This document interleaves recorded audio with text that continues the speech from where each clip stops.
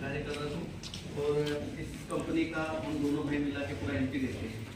तो आज हम लोग यहाँ पर एक वैरायटी का आपके सामने विचार लेके आए हैं। जो अपने पास कंपनी की वैरायटी दी है 80-50।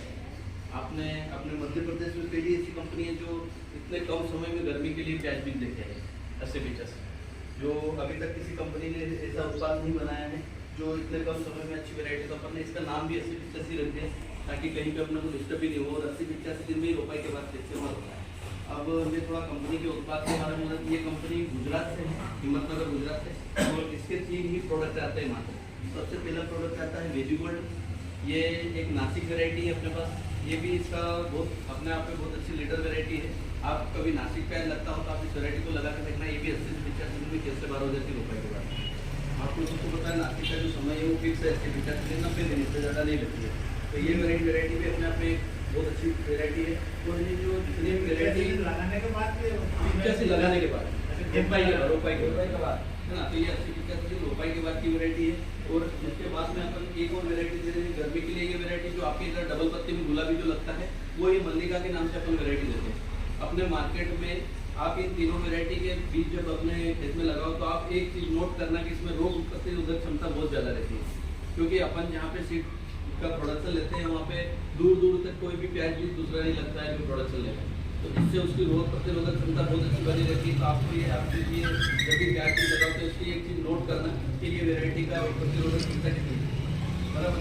आप दूसरी बात, ये वेरायटी 110 दिन में निकलती है, रोपाई के बाद में 110 से 115 दिन रहती है, लंबी वेरायटी है। और ये डबल पत्ती में गुलाबी कलर रहता है, रोग प्रतिरोधक क्षमता बहुत अच्छी है। और प्लस इसके डबल पत्ती में होने से इसका कलर भी बहुत जबरदस्त होता है। स्टोर में भी 8 से 9 महीने, 6 से 8 महीने तक टिकने के योग्य है इसके। और इसके बाद में आज अपन जो ये मेन मीटिंग लेने का कारण एक ही है कि अपने पास जो वेरायटी दे रहे हैं अपन ये 80-85, ये अपने मध्य प्रदेश में पहला बीज ऐसा है जो 80-85 दिन में रोपाई के बाद निकलता है और 8 से 9 महीने तक टेका रहता है। इसका कलर पूरा नासिक पिगमेंट रहेगा। आप एक बार इस वेरायटी को लगाओगे तो आपको ऐसा लगेगा कि ये वेरायटी यार कहीं गलती से कंपनी नासिक तो नहीं लगा देती है, लेकिन ये घबराने की कोई जरूरत नहीं है। ये वेरायटी एक ऐसी है जो एम्बेड में नासिक कलर होने के बावजूद भी ये टिके हुए 8 से 9 महीने तक, और रोपाई के बाद में 80-85 दिन में एक जैसे बार हो जाता है, बराबर। और अगर ये वेरायटी की एक और हैसियत है कि इसको डायरेक्ट सोइंग भी कर सकते हैं आप। डायरेक्ट सोइंग आप 30 सितंबर से लेके अपन नवंबर तक इसकी डायरेक्ट सोइंग भी कर सकते हैं, जिसमें डायरेक्ट सोइंग में ये 110 से 115 दिन में कैसे बार हो जाता है। तो अपने लिए ये दोनों तरफ से प्लस पॉइंट है। सिर्फ इस वेरायटी का एक ही सिस्टम है कि ये वेरायटी है ना, अपने को टाइम फ्रेम बहुत इसका याद रखना पड़ेगा थोड़ा। इसका टाइम हमने फिक्स कर रखा है, क्योंकि ये वाली वेरायटी आप कभी भी लगा दो कि चलेगा, लेकिन ये 80-85 जो वेरायटी इसका टाइम फ्रेम फिक्स है। इसका रोपा 1 सितंबर से रोपा डालना चालू हो जाता है, तो अपन 15 अक्टूबर तक इसका रोप डाल सकते हैं।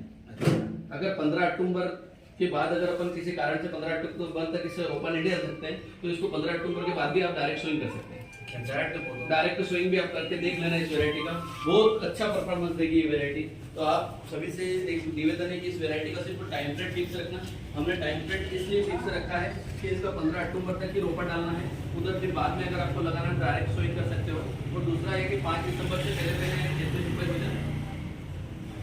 ये इसलिए हाँ 5 दिसंबर से पहले खेत में रोपाई हो जाना चाहिए। ये इसलिए टाइम फ्रेम फिक्स है कि ये वेरायटी अगर अपन उधर टेम्परेचर बढ़ता है तो उसके कारण इसका उत्पादन भी घटता जाता है। इस वजह से अपने को ये वेरायटी का टाइम फ्रेम अपन फिक्स करना है। दूसरी बात, आज आप सब लोग यहाँ पे बैठे हुए हैं, काफी समय से आप प्याज लगाते हैं। आपने एक चीज नोट